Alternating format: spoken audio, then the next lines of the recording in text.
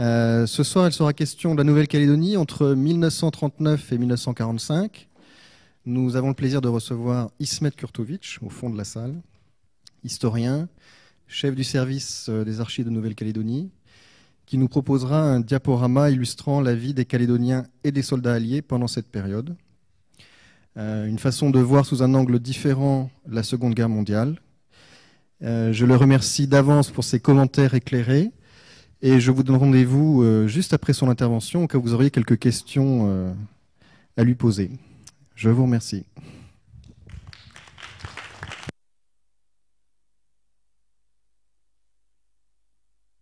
Bon, bonsoir.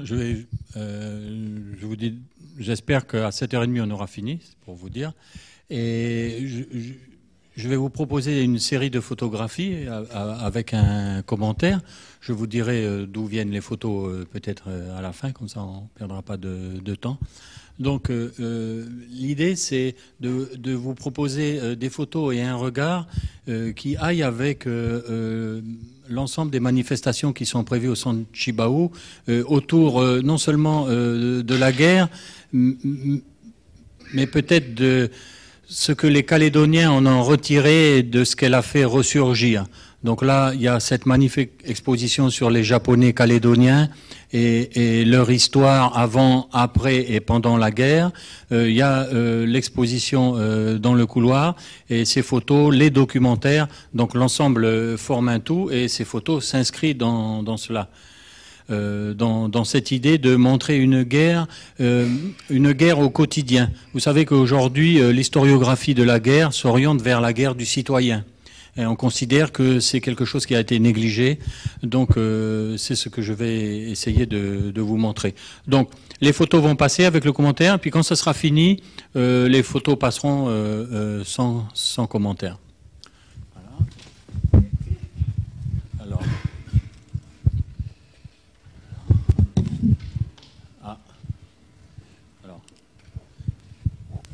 C'est bon là ? Ok. Alors, la guerre, qu'est-ce que c'est ? Ben, c'est toujours le soldat, le troufion, dans sa caserne et qui va la faire. Pour nous, nous avons là le symbole du soldat qui pose et qui va faire la guerre, toute la guerre dans cette attitude. Parce que si la Nouvelle-Calédonie est en guerre, la guerre n'est pas en Nouvelle-Calédonie. Et le soldat mélanésien atteste de l'importance de l'engagement des Mélanésiens pendant la Seconde Guerre mondiale. Et aussi de l'importance des Mélanésiens qui s'engageront et qui resteront en Nouvelle-Calédonie. La suivante. La guerre, c'est aussi... celui qui va mourir à 20 ans à Bir Hakeim et qu'on envoie sur le front. Ce sera toujours ça la guerre, la mort et l'activité des soldats.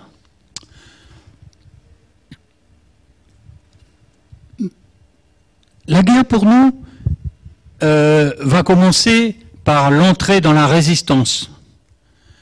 Et l'entrée dans la résistance aussi, ça commence par une poignée de gens qui se réunissent à Bouloupari, sous l'autorité de Michel Vergès.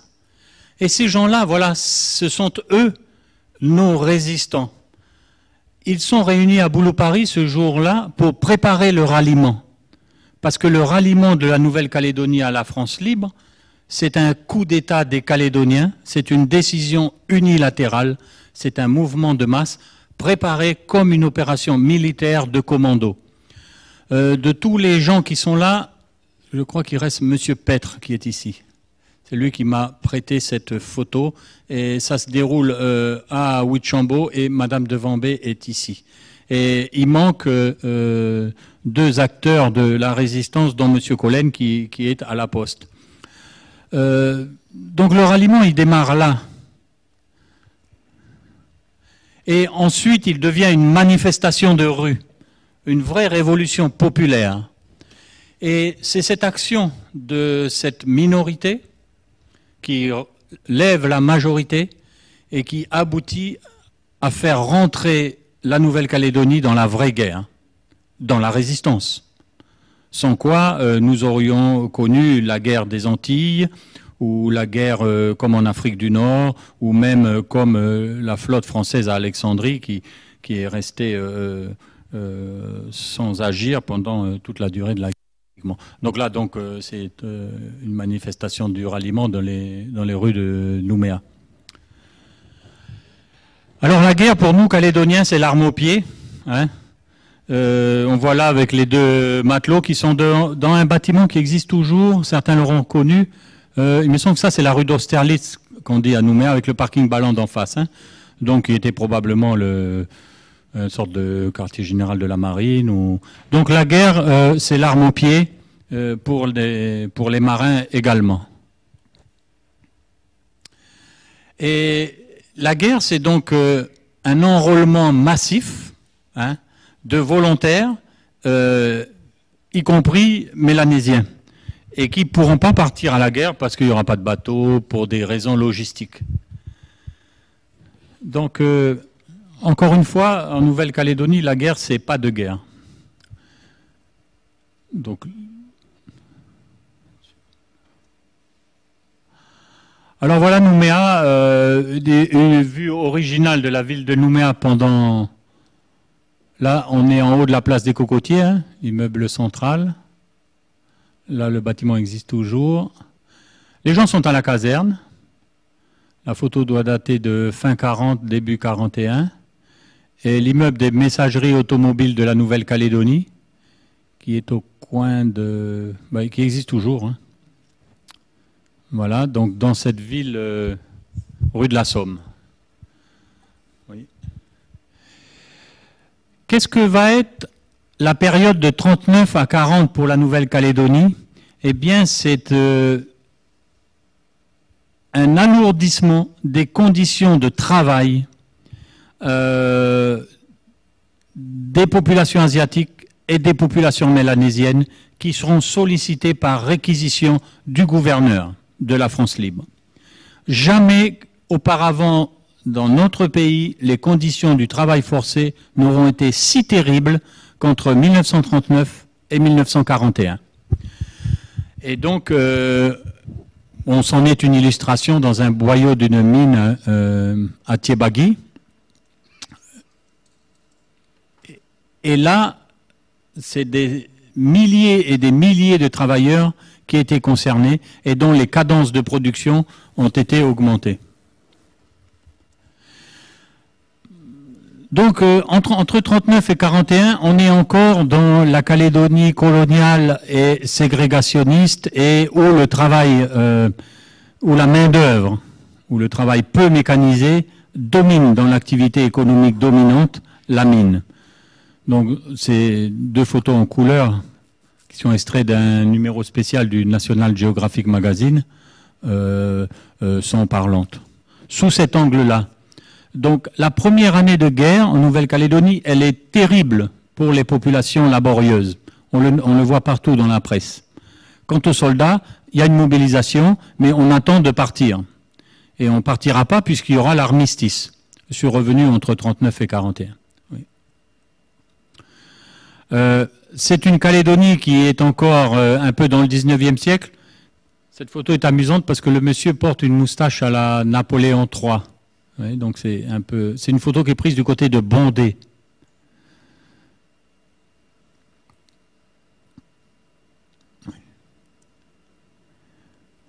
Donc voilà des photos de peut-être des Indonésiennes. La poste à Thio, peut-être celui qui fait un peu la poste ou quelqu'un qui est descendu au village, je ne sais pas. Donc voilà la vie coloniale des années 39, 40 et 41. Une famille,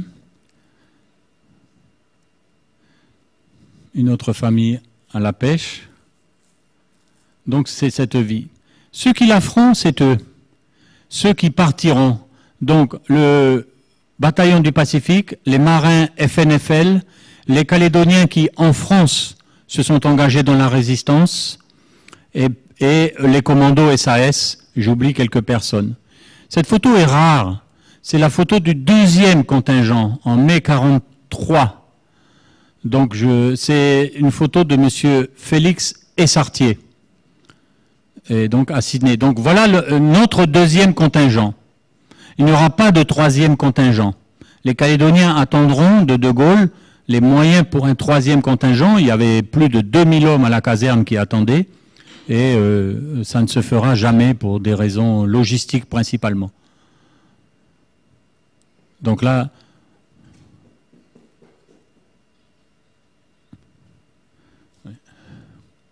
alors, ils arrivent, nous sommes sur le quai, tout le monde se précipite sur le quai parce que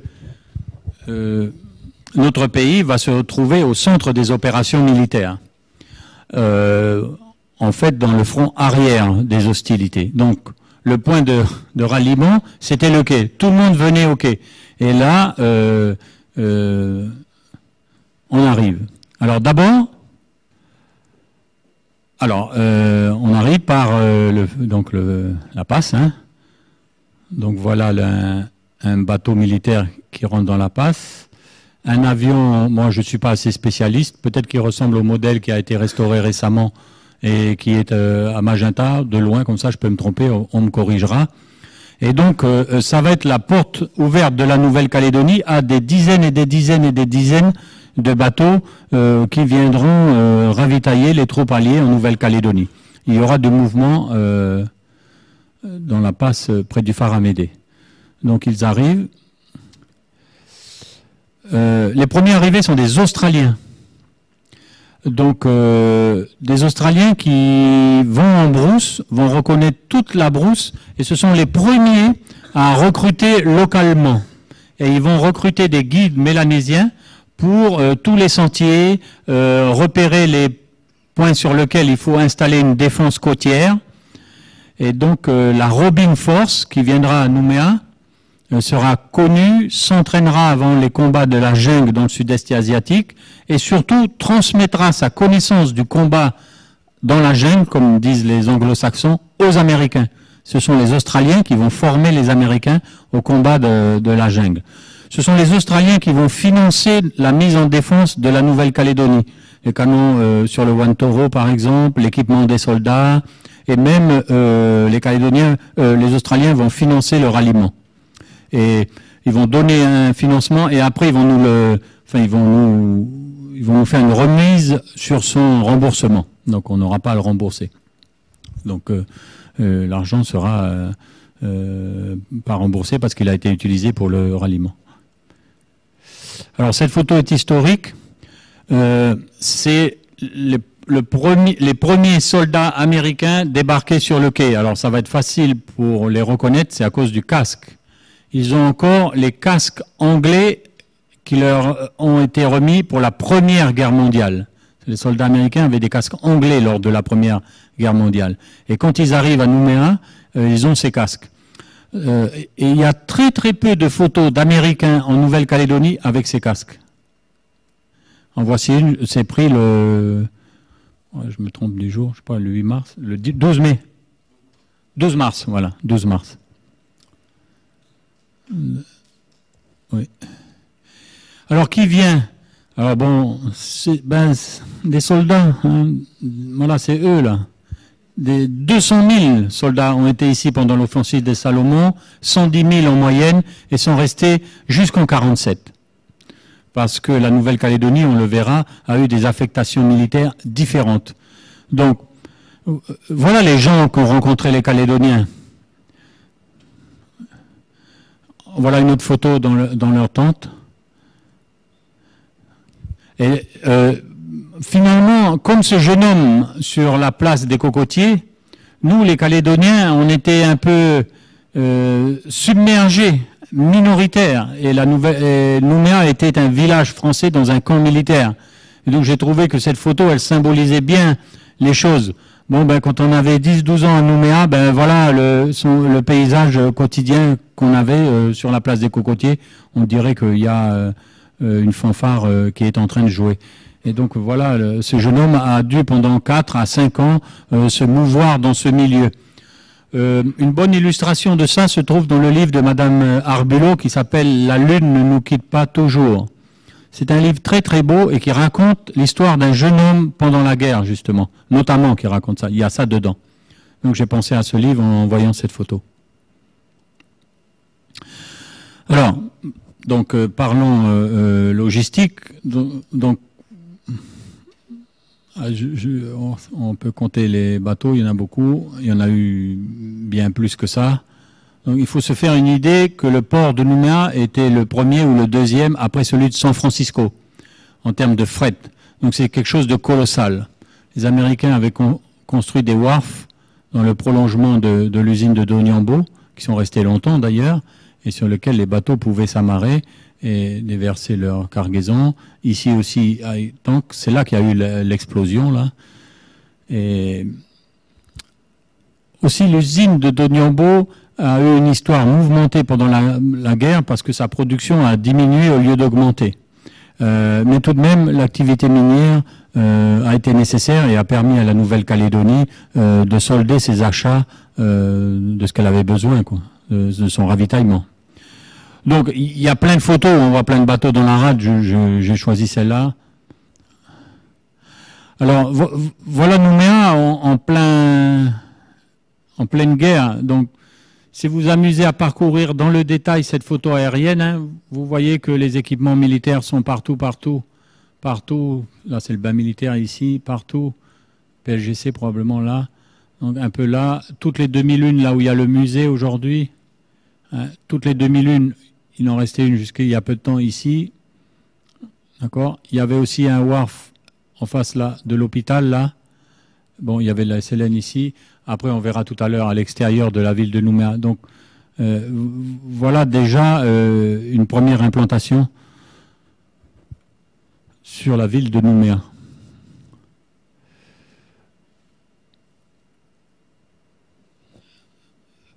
La plupart d'entre vous auront reconnu donc Lansvata ici. Il reste que ce petit morceau de ciment. Des fois, je me dis que j'irais dire au promoteur immobilier de s'arranger pour le laisser dans son jardin. Parce que là, il y a tous les immeubles nouveaux, là, là, il y aura un hôtel, je crois, ici.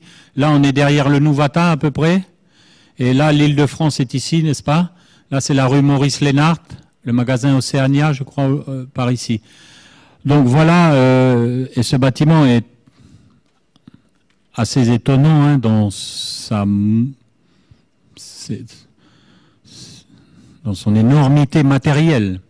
À tel point que l'officier supérieur qui a décidé de cette construction a été blâmé pour ça. Il est passé au jugement et je ne sais pas s'il n'a pas été dégradé même, parce qu'on a estimé qu'il avait fait une dépense inutile puisque ce quartier général des forces américaines a été construit sur la fin de la guerre. Donc il a une dimension absolument colossale. Et donc après, il a servi à la Commission du Pacifique Sud et qui avait coupé, ça c'était l'L7, celle-là avait été supprimée, la CPS n'avait plus que celle-là, un morceau de celle-là, ici ça s'arrêtait là et il y avait celle-ci, et un morceau de celle-là. Mais sinon, l'équipement était colossal. Donc en face de Lansvata, avec ici un club pour la détente des soldats, quoi. Alors, c'était pas monumental que à Nouméa, c'est ça la guerre. Même en brousse, il y a eu des choses colossales. Là, nous sommes à Wailo. Alors, je ne sais pas trop, la photo n'identifie pas. Peut-être du côté de Carovin, mais ça peut être un autre endroit, je ne sais pas. Donc, bon, il y a une cérémonie avec des soldats peut-être néo-zélandais, puisque c'était surtout les néo-zélandais qui étaient là. Et on voit bien que, bon, dans un endroit relativement isolé, finalement, eh bien, il y a une présence militaire alliée qui est notable, même si c'est pas le même type de bâtiment, hein, quand on songe à l'endroit. Vous voyez, donc la construction est quand même importante. Ici derrière, on voit de la fumée, il y a peut-être des installations un peu plus conséquentes. Enfin, moi, je présume que c'est une installation militaire ou destinée aux militaires ou qui tourne autour de ça. Et on voit ici les tentes, hein, des soldats, probablement. Par contre, j'ai jamais réussi à voir qu'est-ce qu'il y avait au sol. Là, peut-être une nouvelle implantation qui était en pointillé ou si quelqu'un d'autre a une autre idée. Donc, pour dire qu'il n'y a pas que Nouméa, et c'est ça qui est important dans l'impact de la guerre, c'est la présence en brousse. Alors, parlons logistique quand même, et j'ai essayé de vous montrer ces photos parce que on se rend compte de la quantité, hein, des équipements. Vous voyez cet alignement, c'est probablement au receiving sur les hauteurs de Lansvata. Donc le nombre, hein, on peut s'amuser à compter toute la logistique qui va derrière, hein, pour accueillir les soldats.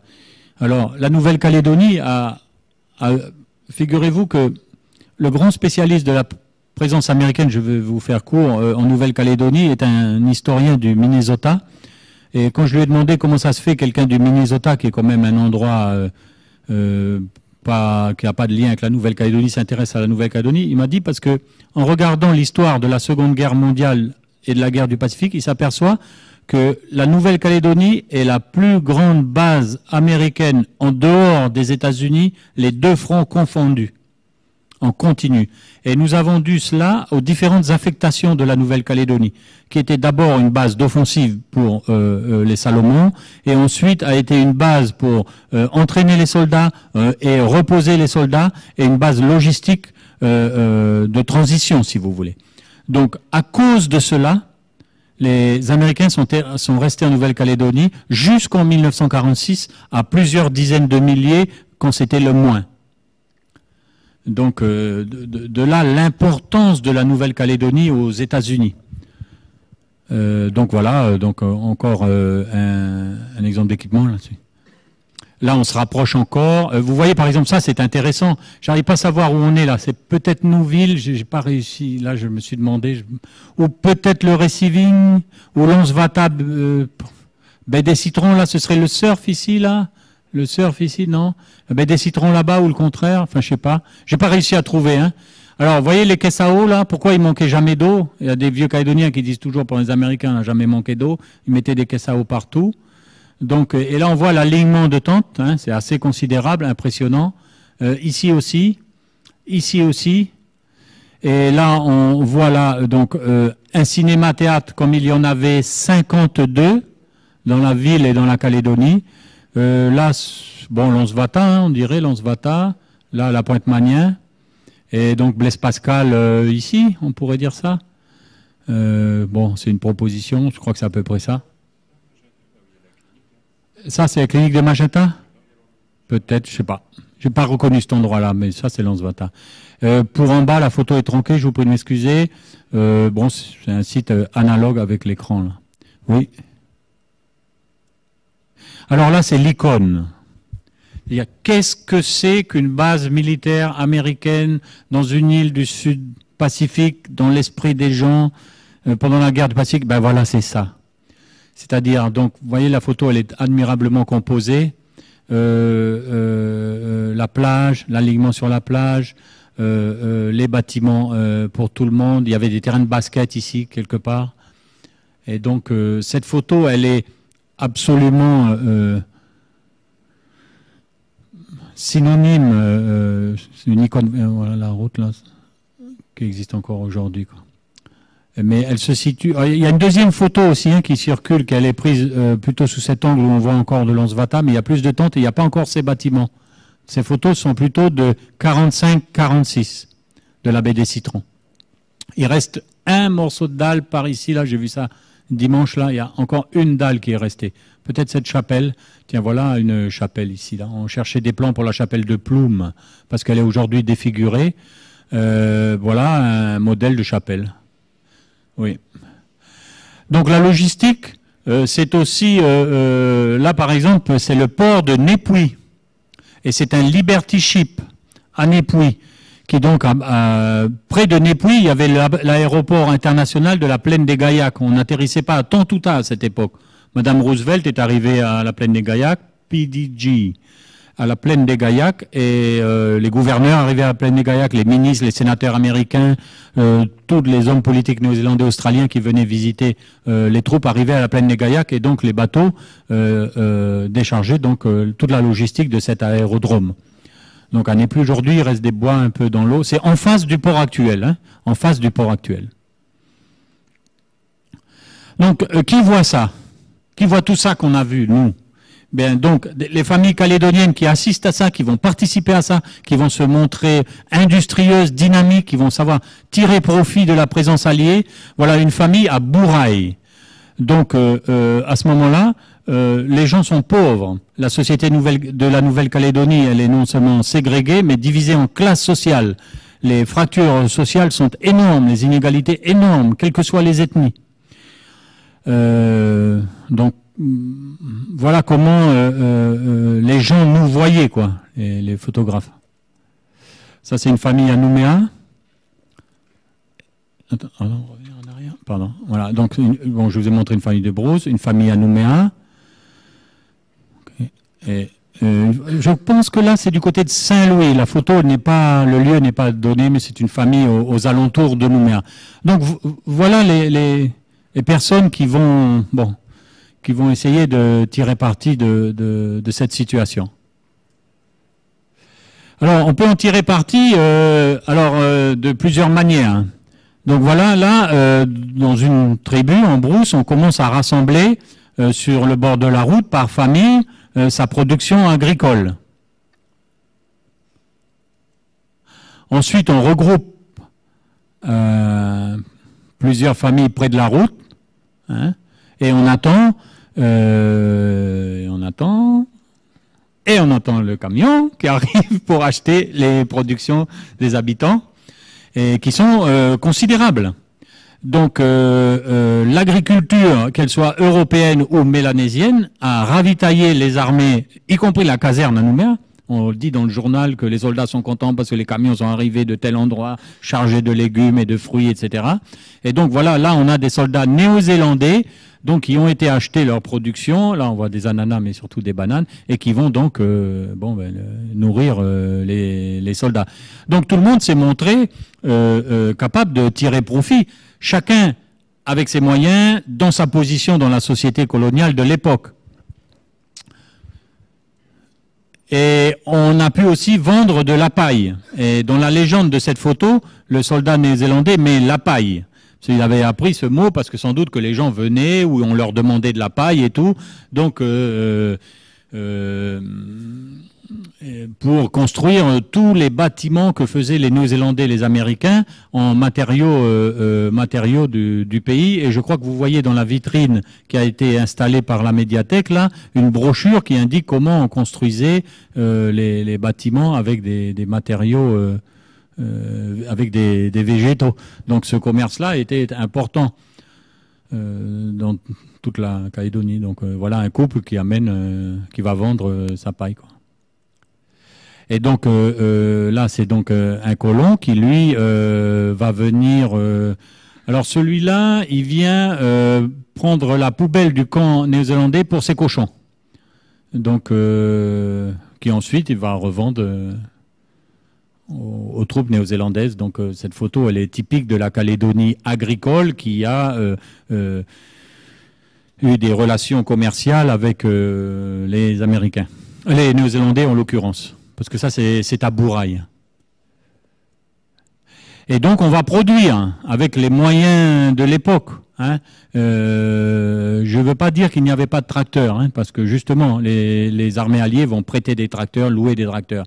Mais tout de même, voilà un agriculteur calédonien qui donc qui a une commande, qui va pouvoir élargir ses surfaces cultivées et donc comme ça améliorer son ordinaire. On dit toujours que les gens ont gagné de l'argent pour les Américains. C'est les gens qui avaient de l'argent qui ont gagné de l'argent. Mais les gens de tous les jours, ils ont gagné de l'argent qu'ils ne gagnaient pas avant. Leur revenu a augmenté. Oui, il a augmenté. Ils ont eu un meilleur niveau de vie. Mais les choses sont restées relatives. Le vrai enrichissement, c'est donc les maisons de commerce à Nouméa, et puis quand même des initiatives, par exemple autour du linge, la vente clandestine de boissons alcoolisées, etc., qui ont fait des fortunes. Mais la majorité de la population a augmenté son revenu légèrement et a amélioré ses conditions de vie dans des conditions qui n'étaient pas faramineuses. Oui. Alors, on a aussi travaillé pour les Américains dans les bureaux, dans les ateliers, dans les commerces. Alors, il y a beaucoup de photos, mais là, je vous montre quand même une équipe complète de travailleurs calédoniens avec des ingénieurs américains à Nouméa. Bon, je ne peux pas vous dire exactement l'endroit, mais alors, les Honolulu District Engineer Office sont intéressantes parce qu'ils sont arrivés en Nouvelle-Calédonie avant Pearl Harbor. Et ils sont arrivés parce que les Américains étaient à la recherche donc de terrains d'aviation, parce qu'à cette époque, j'ai mis du temps à comprendre, pourtant c'était évident, les avions avaient des rayons d'action plus courts qu'aujourd'hui. Donc on a besoin de terrains d'aviation dans plus d'endroits qu'aujourd'hui. Ce qui fait que la Nouvelle-Calédonie était une ligne de secours pour le ravitaillement des armées américaines aux Philippines. Donc c'est ce qui a qui a motivé stratégiquement parlant l'arrivée des Américains en 1942 en Nouvelle-Calédonie. C'est que MacArthur avait besoin de bombardiers lourds et que nous, on était la route de secours, entre autres raisons. Donc là, on voit des Calédoniens et des Calédoniennes qui ont travaillé pour les Américains dans les bureaux et qui étaient mieux payés. Il y a eu une inflation sur les salaires. Le salaire moyen était de 1 500 francs. Chez les Américains, on payait 5 000 francs. 5 000 francs pour ceux qui n'étaient pas mélanésiens ou asiatiques. Parce que là, c'était le service des affaires indigènes qui gérait le salaire. C'est pour ça qu'on entend dire que, par exemple, les Mélanésiens étaient bien payés. C'est à la fois vrai et faux. Ils étaient payés souvent en produits et ils étaient souvent payés à la main en dehors du salaire officiel. Parce que l'administration craignait la pression sur les salaires, le fait que qu'il n'y ait plus de main-d'œuvre pour l'agriculture. Et donc, mais bon, c'était impossible à contenir, naturellement. Donc voilà. Alors la mine, nous on a vu l'agriculture, donc on travaille dans les bureaux, je ne vais pas vous montrer 50 photos de secrétaires en train de taper des lettres, hein, ça n'a pas de sens. Donc je vous ai montré l'équipe des Honolulu District Engineers. C'est important à savoir, hein, les Américains sont arrivés ici avec un camouflage civil. Par contre la mine a été importante. Donc là vous êtes dans le wharf de Port-Rouy à Poya. Donc, les travailleurs asiatiques de la mine ont dû travailler à des cadences plus élevées du fait de la nécessité d'exporter plus de nickel. Alors là, nous allons faire quelques photos sur un village, c'est le village indo-chinois de la mine de Chagrin.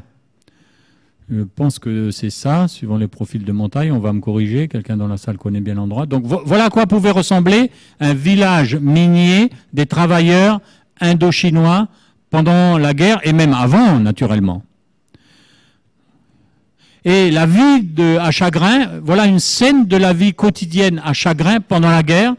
On sent une atmosphère plus aisée, plus joyeuse, vous allez voir, prise par un soldat néo-zélandais. Donc le monsieur est donc livreur de bois, hein, dans le village de Chagrin. Donc le camion est là. Et donc ces deux messieurs sont en train de faire affaire pour le cochon qui est dans la brouette, toujours à Chagrin. Et là, ce monsieur est donc vendeur ou livreur de lait, toujours dans cette mine. Donc voilà, une scène de la vie quotidienne dans un endroit décisif pour la Nouvelle-Calédonie, la production minière. Alors, naturellement, qu'est-ce qu'on voit, nous, arriver? On voit arriver une technologie. Alors, une technologie qu'on n'ignorait pas, mais qu'on ne connaissait pas à ce point d'innovation et à ce point d'extension démocratique, si je peux dire. Parce que la Nouvelle-Calédonie connaissait la radio, connaissait le cinéma, connaissait les voitures, connaissait les avions, connaissait par exemple les bulldozers, mais je crois qu'il n'y en avait qu'un en brousse, etc. Mais là, c'est la démocratisation de ça qui est un événement. Donc là, j'ai trouvé que cette photo était tout à fait illustrative. On pourrait presque la prendre pour les années 60, tellement elle paraît finalement moderne. Mais on est sur le quai de Nouméa en 43-44. Donc je ne suis pas assez spécialiste pour vous dire quel type d'avion est là débarqué. Mais voilà la technologie qui nous arrive, et en grande quantité. Alors, pour montrer, donc, je parle du cinéma parce que je crois que c'est quand même important, l'impact culturel. Il y a eu des articles là-dessus. Donc, il y avait des cinémas partout et pour tout le monde. Donc, un autre imaginaire. Tout le cinéma américain de la guerre a été diffusé en Nouvelle-Calédonie en primeur. crois qu'il y a un film d'Alfred Hitchcock dont la première mondiale s'est déroulée à Nouméa. Les orchestres de jazz aussi.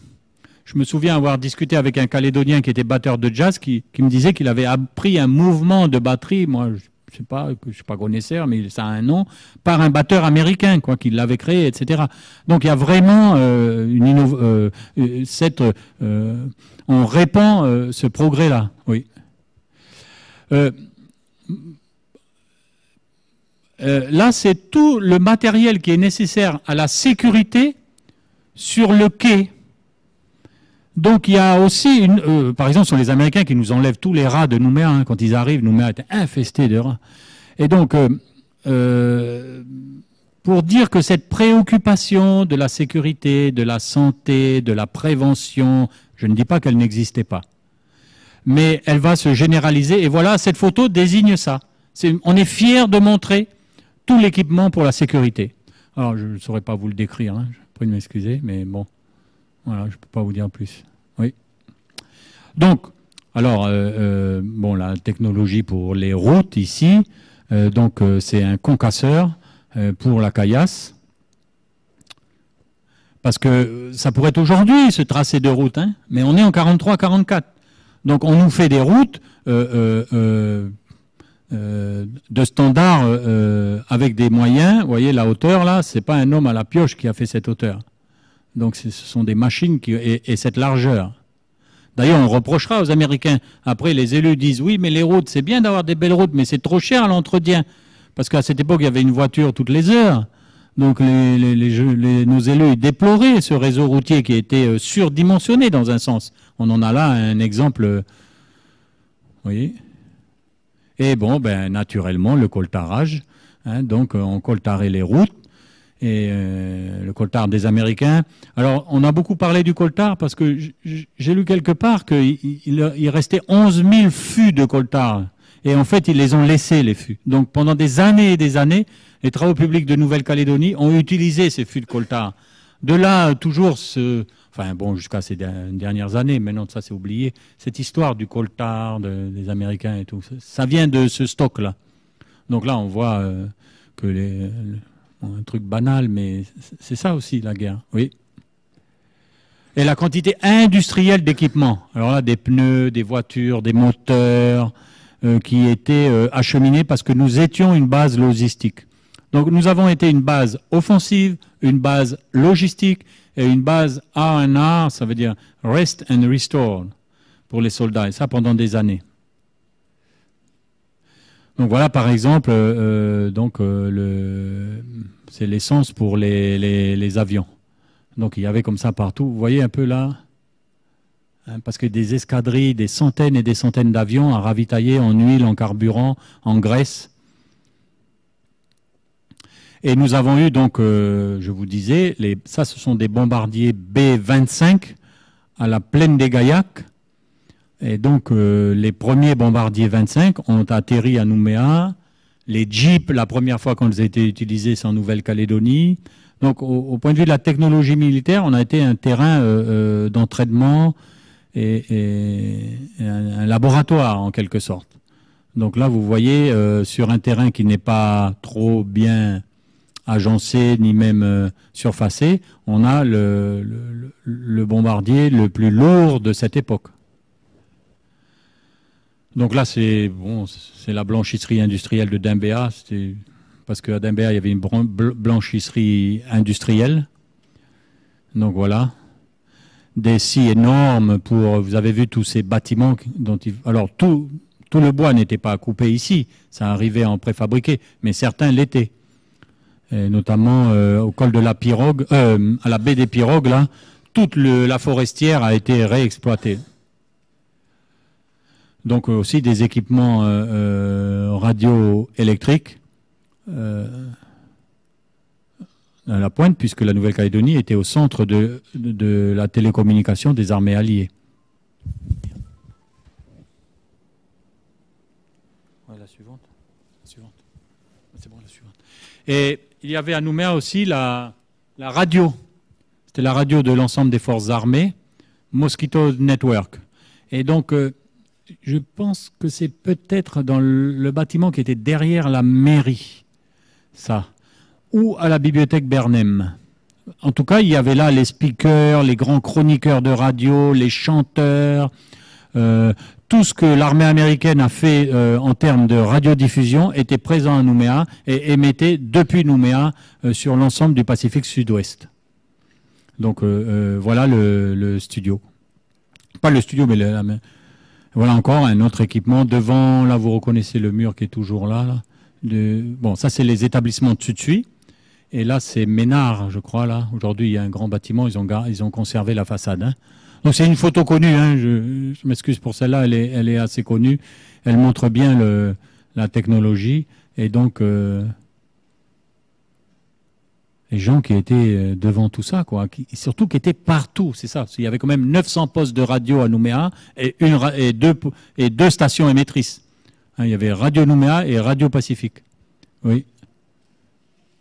Et donc, par exemple, un bateau-hôpital qui était dans la rade, pour vous donner une idée de la dimension des opérations. L'hôpital qui était à Saramea, sur la propriété Fiori, avait été démonté de Washington et remonté à Saramea. Et les spécialistes qui étaient à Washington se sont retrouvés à Saramea, avec tout l'équipement ultramoderne. Oui. Alors, je m'excuse pour la barre, là, mais j'en avais pas d'autres. La guerre n'a pas amené que des bonnes choses, naturellement. Moi, j'ai trouvé cette photo pour... peut-être certains d'entre vous sont en train de deviner de quoi je veux parler. Eh bien, je veux parler des tiques, de la tique du bétail. Ce sont les Américains qui ont amené la tique du bétail en Nouvelle-Calédonie, avec une conséquence économique catastrophique pour notre agriculture, naturellement, en termes de travail, de coûts supplémentaires.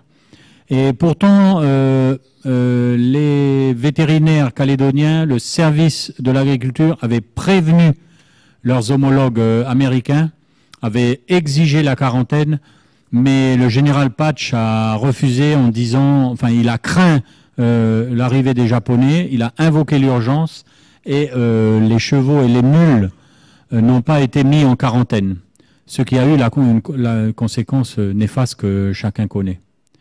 Donc, bon, on n'en parle pas souvent, mais c'est bon de dire qu'il y a ça aussi. Enfin, ça fait partie de...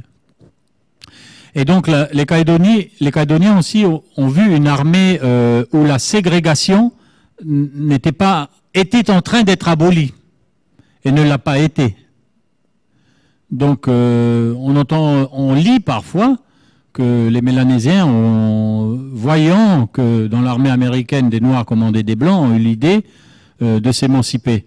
Naturellement, c'est tout à fait une légende et c'est désobligeant pour les Mélanésiens qui n'ont pas besoin de voir ça pour vouloir s'émanciper. Et en même temps, c'est faux, parce que c'est exactement le contraire.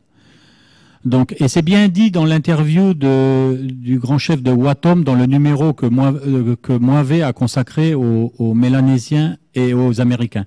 Il raconte bien cette histoire-là, cette différence d'appréciation. Et donc, voilà une des rares photos où on montre des soldats noirs de l'armée américaine à Nouméa. Alors, comment cette technologie, comment on utilise, on vit cette technologie? Ben, d'abord, on se fait soigner. Et là, nous sommes dans un hôpital à Bourail où on voit 2 Calédoniens ici qui ont été soignés par les nurses néo-zélandaises.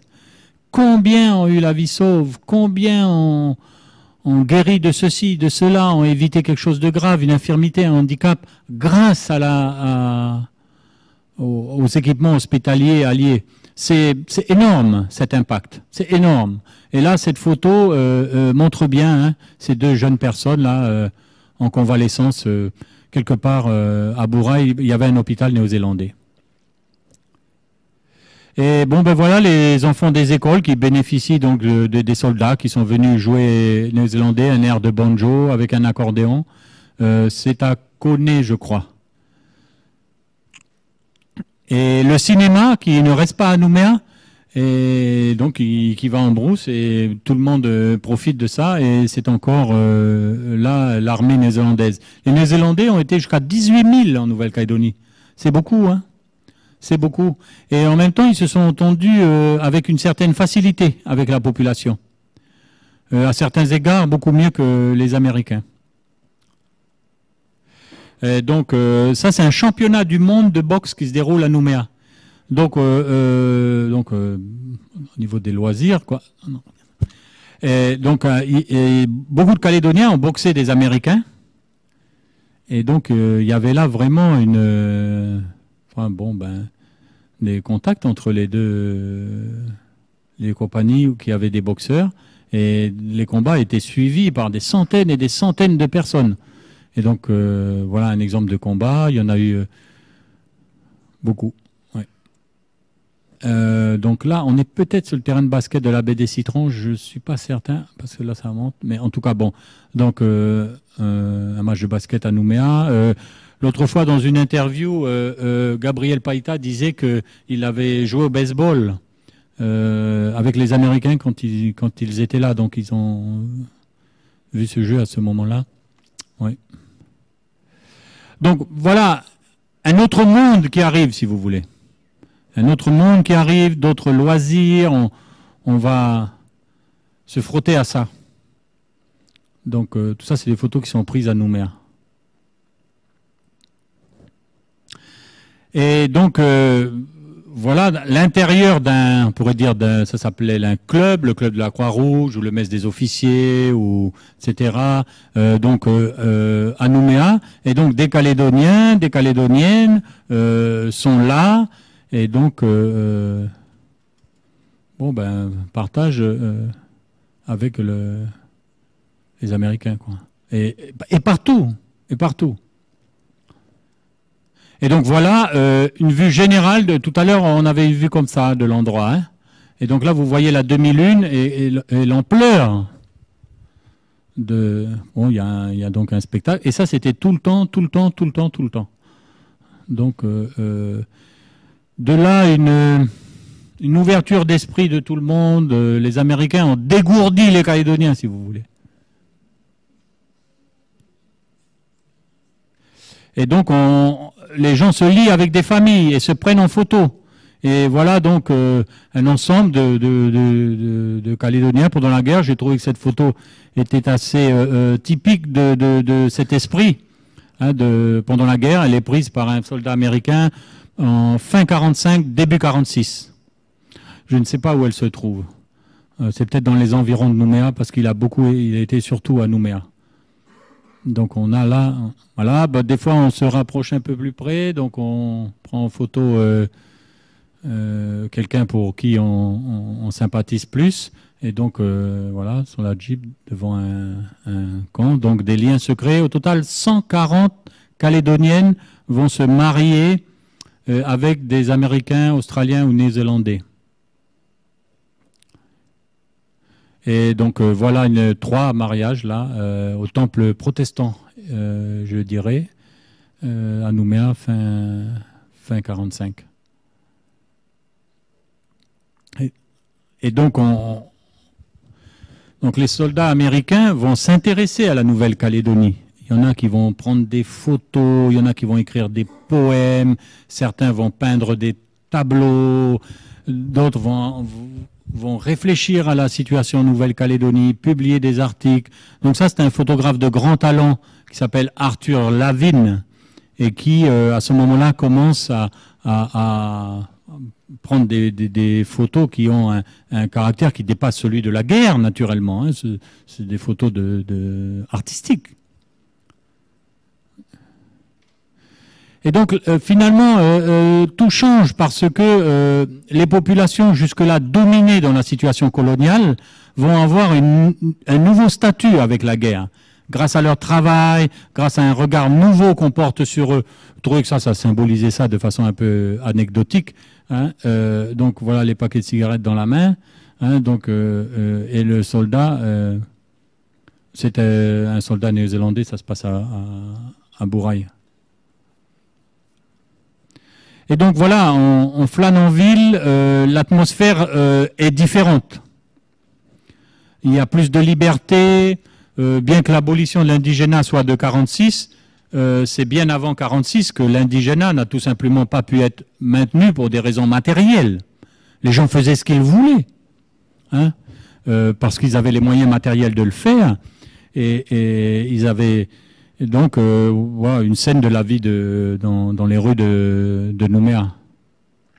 Une autre. Donc il y a vraiment la société calédonienne qui est en train de basculer. Bon, j'aime bien ce tableau de Buell, je crois que c'est Hubert Buell, qui donc est un peintre de renom de la côte est des États-Unis, qui a fait des aquarelles, des encres de Chine et qui est devenu très célèbre aux États-Unis. Et finalement, voilà la société calédonienne pendant la guerre, en tout cas en milieu urbain. Et chacun est là.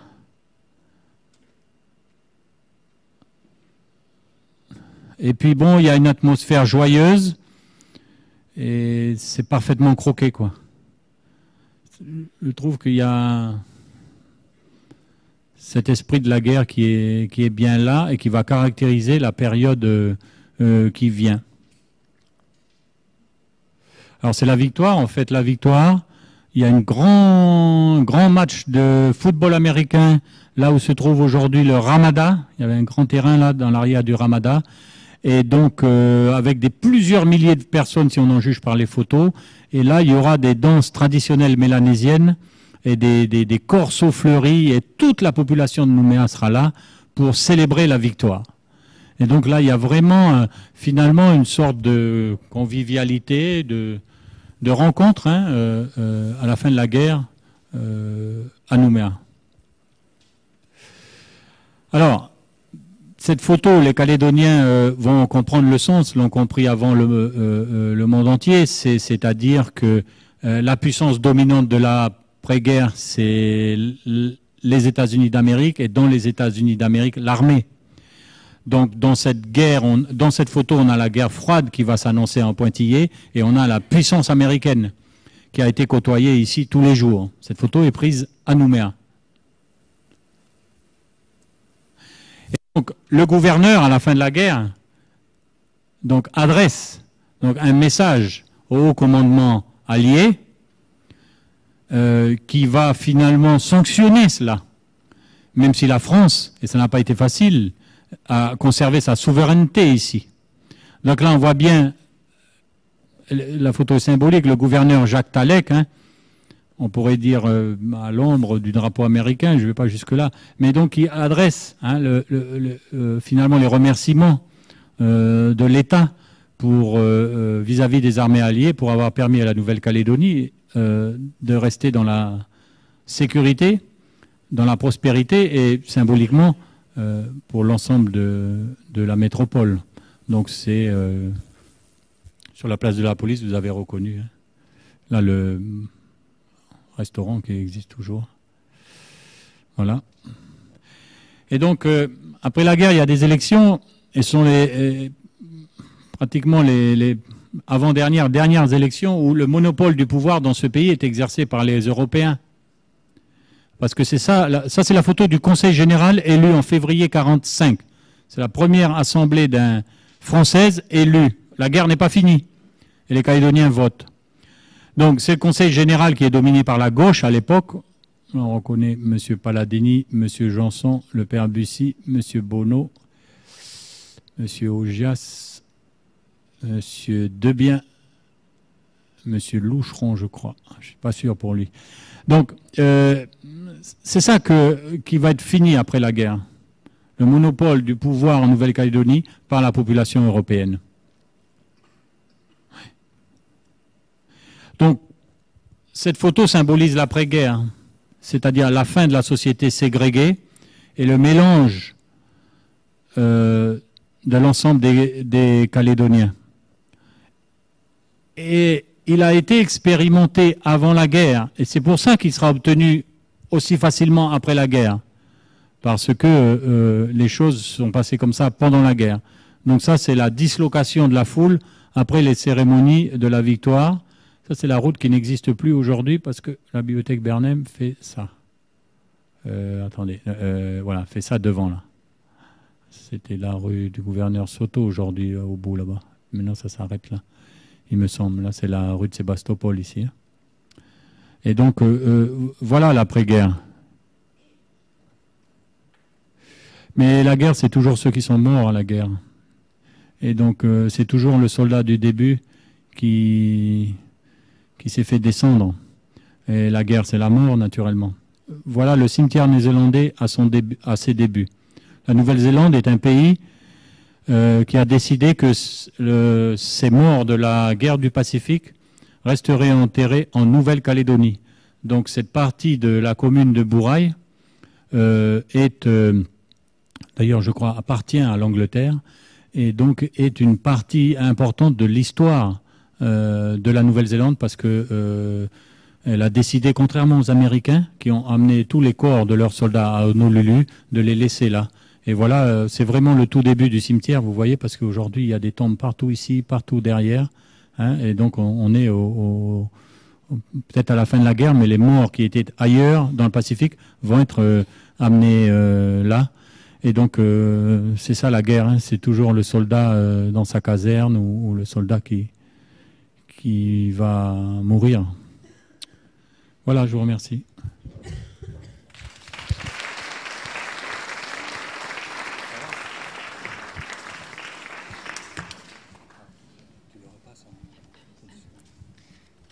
Merci Ismet. Y a-t-il quelques questions dans la salle ?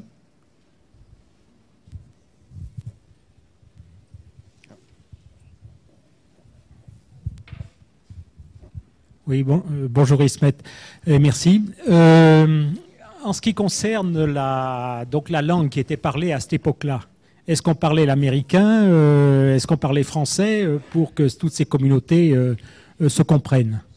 Et pourquoi est-ce que la langue anglaise n'est pas restée plus vivace en Nouvelle-Calédonie après 1946? Non, les gens parlaient français.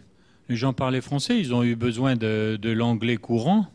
Et des expressions sont restées chez les Calédoniens qui disent plus souvent bye bye pour dire au revoir, enfin jusqu'à un certain temps, ou thank you. C'était assez courant d'utiliser des mots de tous les jours, mais bon, ça s'est perdu. Mais non, les gens parlaient français. Toutes les armées alliées avaient des soldats qui parlaient français. Donc, il n'y avait pas nécessité. Bon, j'ai peut-être un peu exagéré les relations entre les armées alliées et les Calédoniens pour que la question soit posée. Mais c'est vrai que s'il avait fallu que tout le monde se parle, ça aurait été l'anglais. Mais il n'y a pas eu nécessité, les gens se sont compris. Et puis peut-être il y en a plus qu'on ne le pense qui parlaient anglais aussi, et réciproquement français, quoi.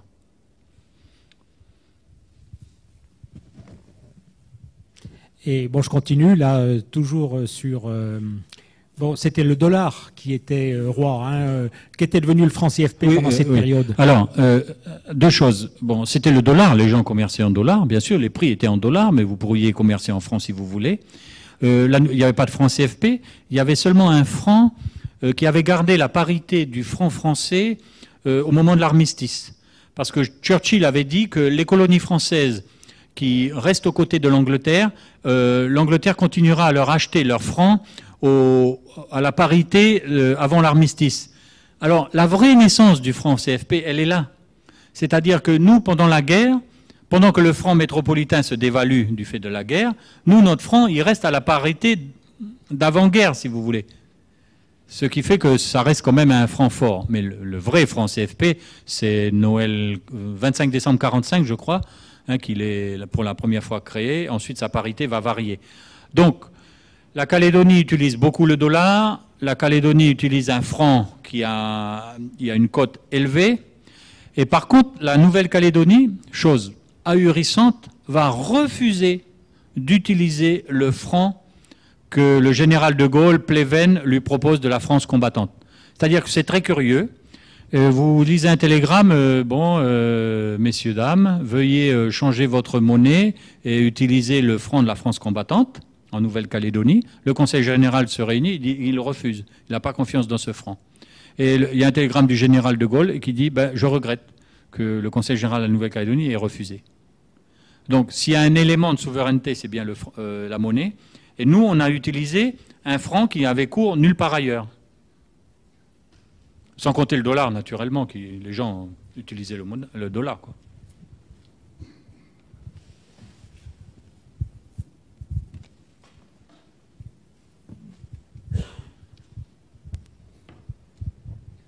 Oui, puisqu'on parle gros sous, est-ce qu'il est exact ou complètement faux que la Calédonie, après la Deuxième Guerre mondiale, a aidé financièrement la France grâce, disons, à l'argent qu'elle avait accumulé lors de la présence américaine, en dollars ou en francs? Non, on pourrait dire que c'est presque le contraire, parce que la Nouvelle-Calédonie a refusé que son argent... Parce que voilà, la Nouvelle-Calédonie a été la seule colonie française à avoir un compte en dollars, avoir un compte séparé dans une banque en Amérique. Elle n'avait pas un compte dans le pot commun de la France combattante. C'est-à-dire qu'il y avait un compte en banque qui s'appelait Nouvelle-Calédonie. Et les Calédoniens utilisaient ce compte pour acheter ce qu'ils avaient besoin, les pneus, enfin, pour le pays. Bien. Alors, on a fonctionné comme ça jusqu'à la libération, et à un moment donné, la France nous a changé, nous a changé nos dollars à une parité que nous avons estimé qui ne devait pas être retenue. Et de là, la légende que cette parité-là, si vous voulez, le delta de la parité, a été en faveur de l'État. Mais c'est sur ce point factuel précis qu'il y a eu qu'on a dit ça. Mais ça n'est pas vrai. Ça n'est pas vrai. Sauf que, voilà, à un moment donné, l'État a dit, vous avez tant de millions de dollars, nous, on vous les rachète à temps. Et nous, on aurait voulu un autre taux. Voilà, c'est ça que c'est. À la décharge des élus calédoniens. Les élus calédoniens ont anticipé la pauvreté de l'État à la libération. Ils ont dit, non, nous, on garde nos dollars, parce qu'on n'est pas sûr qu'à la libération, la France soit assez riche pour nous donner les crédits qu'on aura besoin. Ce qui fait que jusqu'en 47-48, la Calédonie a pu boucler ses budgets grâce à la Caisse des réserves. Il y avait 50 millions de dollars, je crois, de mémoire. Bon, je m'excuse de vous dire ça, mais dans ma tête, j'ai fait 2-3 pages là-dessus. Je n'ai pas toutes les choses rigoureuses en tête. Hein. Mais donc, la Calédonie a utilisé dans cette caisse de réserve, après la libération, pour boucler ses budgets, finalement. Hein. Mais voilà ce que je sais. Je vais juste vous dire un mot sur les photos. Hein. Alors, les photos viennent d'un grand photographe américain qui s'appelle Arthur Lavin, d'un soldat américain Elmers J. Williams. Et elles viennent aussi des services photographiques de l'armée américaine, de collections privées, la collection Philippe Cassier, la collection Bernadette Egen, et d'autres collections du service des archives de la Nouvelle-Calédonie. Justement, une question. Est-ce que la deuxième photo qui est parue, qui vient de repasser, là, ce n'est pas Egen, justement, qui est le soldat? Oui. C'est ça? Merci.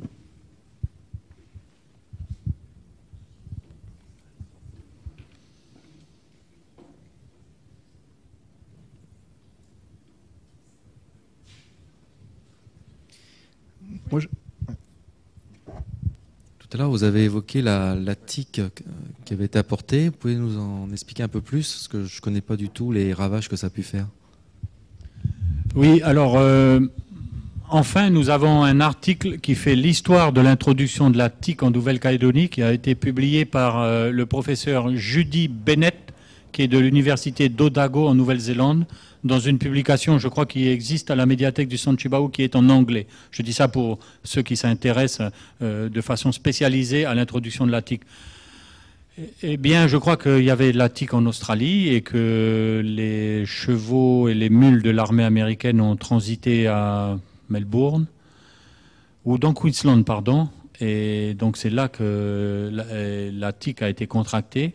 Et quand ils sont venus ici, au départ d'Australie, les Américains les ont laissés monter avec la TIC. Et quand ils sont arrivés ici, les Américains, ont, comme je vous disais, ont argué de l'urgence pour refuser la quarantaine. Or, en Nouvelle-Calédonie, nous avions des gens compétents qui ont protesté par écrit. Il y a des rapports contre le risque de l'introduction de la TIC du bétail par l'intermédiaire des animaux de l'armée américaine. C'est ce qui est arrivé. Alors, progressivement, au cours des années, la TIC est montée dans toute la Nouvelle-Calédonie. Je crois qu'aujourd'hui, il n'y a pas de TIC à l'île des Pins et aux îles Loyauté.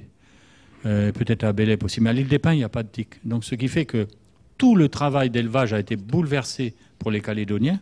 Il a fallu donc rentrer le bétail tous les mois, le baigner, mais surtout construire les piscines de bétail. Donc la construction des piscines du bétail a été ajoutée dans la liste des réquisitions qu'on peut demander aux Mélanésiens des tribus. Donc ce sont les Mélanésiens des tribus dans les travaux obligatoires qui ont été requis pour faire les piscines qu'on voit, les anciennes piscines qu'on voit aujourd'hui sur les stations et qui ont donc pratiquement 60 ans. Alors, il y a eu des discussions, tout ça. Les Américains se sont engagés à donner du tichicide, mais moi, dans les archives, j'ai toujours vu qu'on les a payés, nous, les produits. On dit toujours les Américains nous ont payé le produit pour les tiques. Non, non, non. Il faut acheter le produit tous les ans après la guerre pour baigner le bétail, qui fait partie de la tradition de l'élevage calédonien. Ça vient de là, quoi.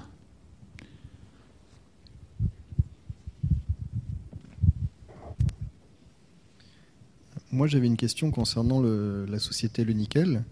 Tu parlais tout à l'heure d'essor économique, industriel, et à l'inverse, tu parlais également de diminution de production.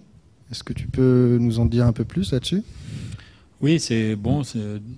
Vous vous apercevez qu'il y a plusieurs façons d'étudier une période. Donc, dans la guerre, il y a plusieurs aspects des choses. J'ai essayé de vous montrer les choses un peu au quotidien. Je ne vous ai pas montré tout l'enrichissement de la bourgeoisie calédonienne, tous les changements qui ont eu aussi dans l'administration et tout.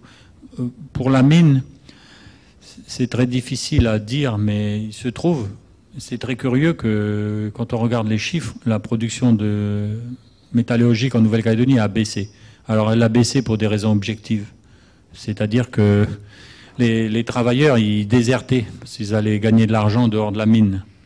Donc il y a des gens qui disaient, gifle le contremaître, comme ça tu seras licencié. Et donc le directeur du nickel faisait des rapports, il y avait 50, 100 ouvriers spécialisés qui quittaient l'usine parce qu'ils allaient vendre des choses pour les Américains, ce que j'ai demandé pour s'enrichir. Okay. En plus, c'était pareil pour les travailleurs asiatiques qui n'étaient pas plus bêtes que les autres, et ils allaient travailler pour ceux qui travaillaient pour les Américains pour gagner de l'argent. Donc ce qui fait qu'il y a eu un manque de main-d'œuvre. Il manquait aussi de gypse, c'est un fondant qui est nécessaire à produire donc de la mat. Et surtout, il manquait de bateaux pour exporter le nickel en Australie et faire venir le charbon. Donc ça, ce sont les trois principales raisons objectives. Mais il y a une raison subjective. C'est qu'en 1945, le directeur de la Société du Nickel écrit un rapport au siège social de la Société du Nickel à Paris. Et donc, il raconte ce qu'il a fait pendant la guerre, parce qu'ils étaient coupés de leur siège social. À l'époque, la SLN est une société privée. Eh bien, il dit clairement que l'augmentation de la production n'a pas été une priorité de la société. Donc, pourquoi? Pour des raisons peut-être politiques et aussi pour des raisons économiques. Parce que les Français ne voulaient pas que les Américains améliorent la technologie pour, comme aujourd'hui, utiliser le nickel à basse teneur et ensuite utiliser cette technologie chez eux. Donc il y avait une petite rivalité parce que c'était ça aussi l'enjeu technologique, arriver à baisser les teneurs pour utiliser le nickel moins riche, parce que plus ça va, plus c'est difficile à extraire le nickel riche.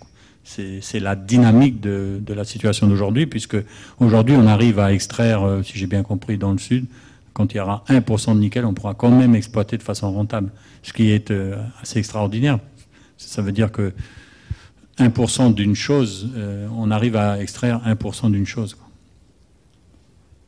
Voilà pour le nickel. Mais c'est en débat. À l'heure actuelle, on est en train d'exploiter des fonds pour bien établir ce qui s'est passé. Parce qu'il y a quelque chose de grave dans l'agissement de la SLN si ce serait avéré. Et alors, parce que facteur extérieur à ça, peut-être que la société américaine Inco ne voyait pas trop d'inconvénients aussi à ce que les choses restent en l'état.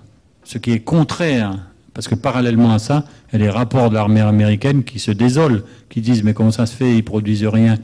Et même le gouverneur ici dit mais il faut nationaliser la SLN, qu'est-ce que c'est que ça? Donc quand on lit ces rapports, on est édifié de la situation. Vous avez un gouverneur qui dit on devrait... Il écrit un rapport à Alger, il dit il faut nationaliser la SLN. De Gaulle, il dit je veux bien, mais j'ai personne de compétent pour le faire. Pas d'ingénieur pour diriger l'usine.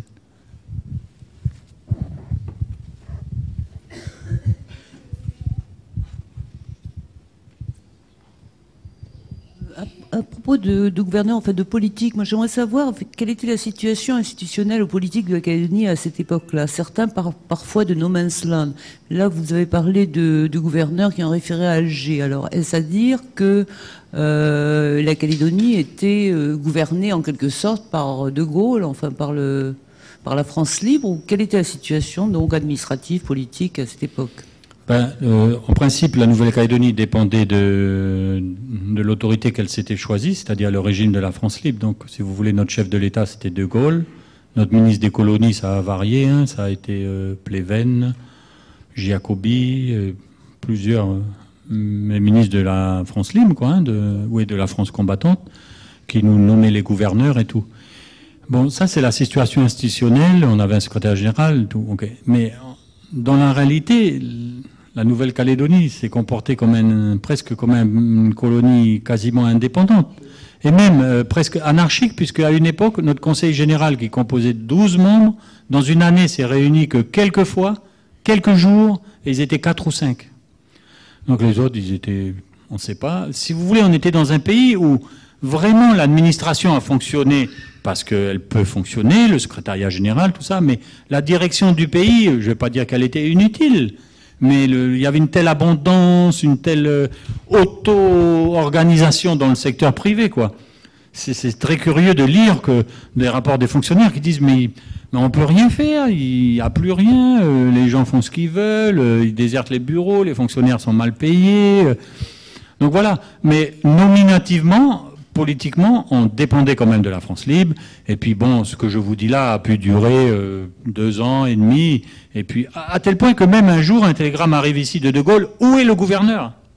Parce que le gouverneur, il est parti. De Gaulle a dit non, ne partez pas, restez. Puis finalement, on lui dit je pars quand même. Ce qui fait que Paris, c'est pas où est le gouverneur. C'est authentique. Donc c'est mon champ. Alors lui, il en a marre.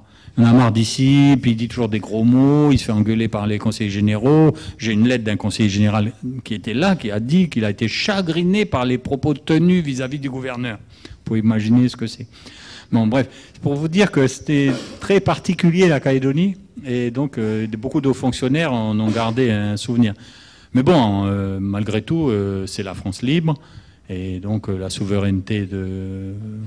Mais à un moment donné, les Calédoniens ont voulu quitter De Gaulle, devenir indépendants, et que Giraud peut-être. C'est extrêmement fluctuant. C'est vraiment fluctuant. Voilà. Et sinon, autre question encore. Je n'ai pas bien compris que vous avez dit à propos des Mélanésiens qui n'ont pas pris modèle finalement sur les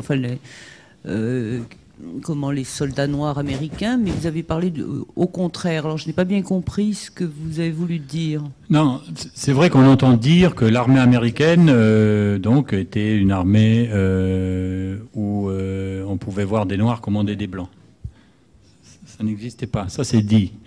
Et donc la présence des noirs dans l'armée américaine n'a pas été un facteur d'admiration de la population mélanésienne, sauf que les soldats noirs manipulaient une technologie nouvelle, moderne.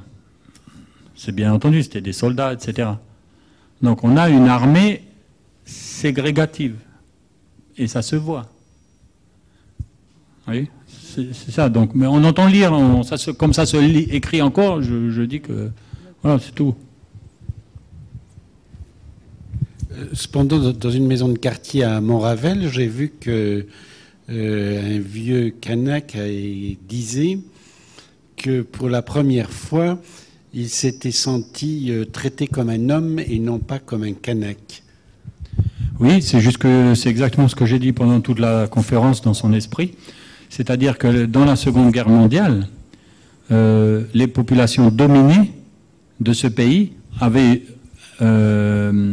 reçu non seulement un autre traitement, mais même d'eux-mêmes avaient joué un rôle plus actif dans la guerre. Pourquoi? Parce qu'on a eu besoin d'eux. Donc, tout d'un coup, pour les Mélanésiens, le monde des Blancs n'est pas paru inaccessible. Pas paru inaccessible. Ils ont été intégrés comme force de travail, mais aussi dans le salariat. Par exemple, chauffeur d'élévateur, chauffeur de jeep, radiotypiste de tous des métiers qui, dans la Calédonie ségrégée, n'étaient pas exercés par les Mélanésiens, et à un degré plus considérable. Parce qu'on avait besoin d'eux. Donc il y a eu une autre dignité, et surtout, le monde des Blancs, encore une fois, est paru accessible. Et c'est ça qui a changé les choses.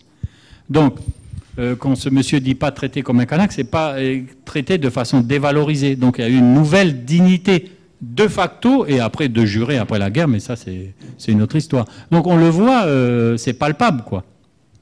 Voilà. Donc, encore une petite question complémentaire. Vous n'avez pas parlé vous avez parlé de ce gouverneur, mais j'aurais cru devoir entendre le nom de Thierry d'Argentlieu. Mais non, parce que c'est pas le sujet de la conférence, tout simplement. C'est pas utile de parler de. Je peux vous parler de Thierry d'Argentlieu si vous voulez, mais voilà, je pense que c'est pas utile. Ce que je veux vous dire, et en phase avec tout ce qu'il y a ici, c'est que comme aujourd'hui, finalement, les gens dans leur vie quotidienne, dans leur aide, dans leur pensée, dans leur, eh bien, vous montrez au concret. Comment cette guerre les a changés et a changé les générations qui ont suivi, et donc ceux-là qui ont fait les générations d'aujourd'hui, quoi. Donc la vie d'une société s'additionne, comme un peu l'exposition sur les Japonais que vous voyez, où vous comprenez mieux les Japonais, les Calédoniens d'ascendance japonaise d'aujourd'hui, etc. Donc voilà, je voulais vous montrer cette quotidienneté de la guerre, mais il y a d'autres aspects, vous avez raison, monsieur, mais d'Argentlieu, c'est juste un commissaire qui est passé, il y a une crise politique et tout. Bon, voilà, c'est pas... On ne peut pas parler de tout, quoi. Non, merci.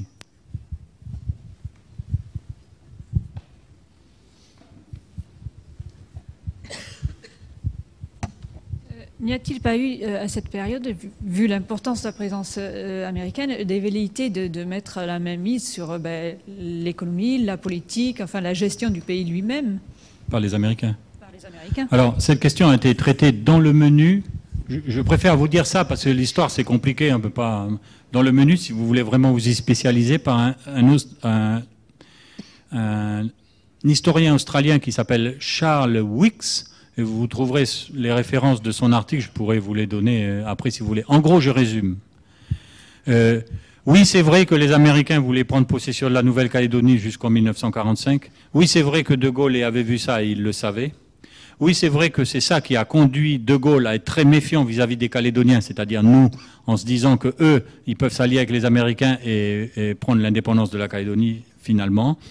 Et finalement, à la fin de la guerre, c'est le département d'État et la Navy qui ont dit à Roosevelt qu'ils n'ont pas besoin de la Nouvelle-Calédonie, que simplement peut-être des bases, et encore ça n'est pas sûr. Mais pour Roosevelt, il y avait deux éléments. D'abord, Roosevelt était un anticolonialiste, c'est-à-dire qu'il estimait que la France avait mal colonisé et qu'il voulait que la Nouvelle-Calédonie pouvait être un territoire sous tutelle après la guerre, et en même temps pour des raisons militaires. Mais c'est vrai qu'il y a eu ça, et c'est vrai aussi que les Calédoniens ne l'ont pas perçu, parce qu'ils ne l'ont jamais su. Parce qu'on le sait aujourd'hui à cause des archives déclassifiées.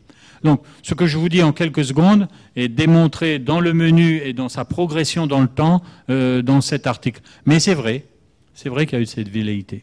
C'est vrai. Mais chez les Calédoniens aussi, en 1940 à 42, quand la Calédonie était coupée de la métropole. Donc les Calédoniens, tout naturellement, se sont dit, bon ben, pendant la guerre, on va se mettre sous le protectorat australien, puis après la guerre, on verra. On rejoindra la France. C'est un peu ce qui s'est passé dans certaines... par exemple, pour la flotte d'Alexandrie. Une flotte française qui s'est mise sous le pavillon britannique pendant toute la guerre, puis après la guerre qui a changé.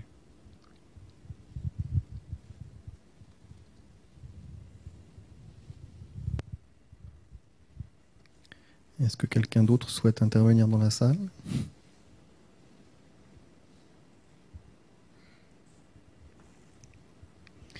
Bien, j'en profite pour remercier à nouveau Ismet Kurtovic.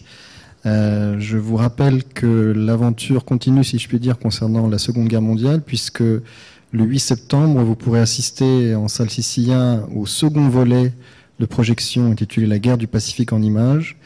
Après le documentaire, il s'agira de fiction, pour une soirée intitulée « La fiction hollywoodienne des années 1940 à nos jours » avec Pierre Fessel. Je vous donne rendez-vous le 8 septembre. Merci.